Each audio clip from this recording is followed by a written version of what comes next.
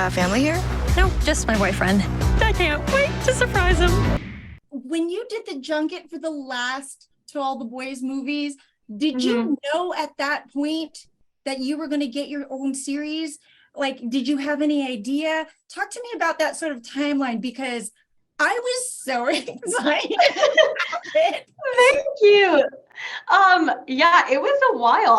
I first heard about this idea when we were shooting the last movie. So we were shooting the third movie. It was 2019, and this like concept was brought up, and people were telling me about it, and I fully thought like they were joking. Like I was like, that's awesome, and like the dream, but I didn't think it was actually going to become a real thing. Like I was like, okay, like haha, yeah, that'd be cool. Of course, it'd be fun, but like did not think it was real at all. And then not that long after, it started coming into conversation again and became more of like, okay, no, this is like actually thing we're going to do.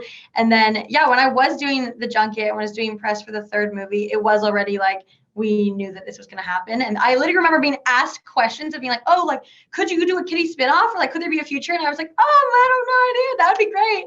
Which like is, and me and Jenny were both like looking at each other on the Zoom being like, oh, I don't know. So like that was super fun to kind of like have this information, but also really difficult to hold that in and be like, I can't share this with anybody for so long. That's what I'm like, for me, I'm like, yeah. Oh gosh. No, totally. So then when it became like, oh, we can actually tell people, I was like, are you sure? Like, this feels so wrong. I can actually talk about it. And now that it's actually coming out is even more wild that it's becoming like real and into reality that this is for real happening. So it's definitely very crazy, the whole journey that we've been on. And still to think about like me in the first movie auditioning for the very first one to now here like 6 years later playing the same character, but in a whole different project, a whole different way is really crazy to look at that journey. I'm ready to start experiencing new things. I want my own adventure. New experiences. Your aggressive perkiness may have charmed back home, but here you'll need to put in more work. I'd be happy to offer you a ride to the airport. Hard pass. Yeah, so Q was definitely a change for me coming from Love Victor. He's much more of the athletic type, but what really drew me to Q was that he is a queer character, but it's not something that is like hidden or something that is a struggle for him, which I think is really important in terms of like representation. We get to tell stories of other queer people who are not necessarily having to go through that like super traumatic coming out story that we see so often in the media. So it was really cool to see like a normal kid who just so happened to be queer, and it wasn't like his identity.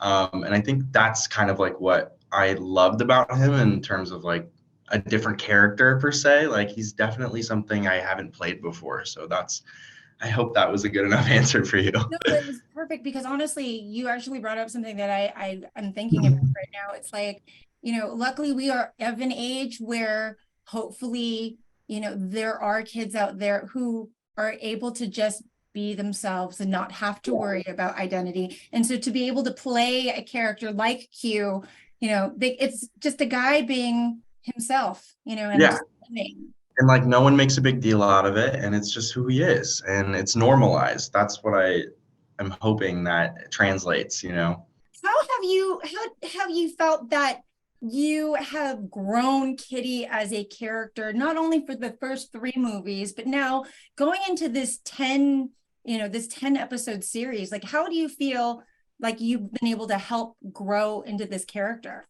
It's definitely a strange like feeling that I've grown up beside her, kind of like I'm like, oh, I've had a friend to like hold hands with through growing up, which is like very rare, and I'm very lucky to have gotten to do that. It's still mind-blowing to me, but I've kind of been comparing it to like seeing an old friend, but someone that you haven't seen for a while. Like there's parts about them that are familiar and you know them and you love them, but there's also like new parts that might be surprising and things you have to relearn and unlearn, and like that it's a very different stage of her life now, and it's many years later from where she was in the movies, but it's still Kitty, and she still has that spirit. And to kind of figure that out was really interesting and really fun to get to come back to a character that I love so much.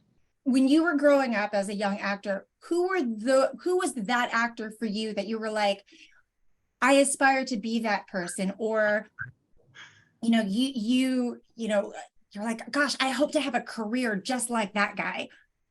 I mean, I started acting when I was 5, so a lot of my role models were like the kids you would see on The Sweet Life of Zack and Cody, like Nickelodeon and stuff. So that was really the only media that I was consuming at the time. So that was like the example that I had to go by.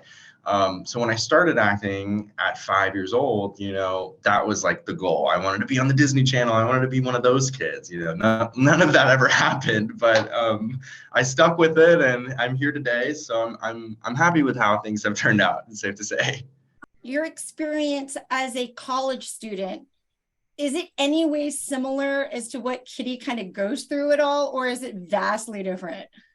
No, I definitely think there are parallels for sure. Just like at the root of the concept of being independent for the first time and learning new things and facing new challenges that like you really feel like, oh, like I'm growing up. This is happening. I'm like doing something on my own, and I'm still close to my family, but still learning how to be by myself. And like that whole challenge, I think is Kitty is definitely going through, and I definitely can relate to that for sure.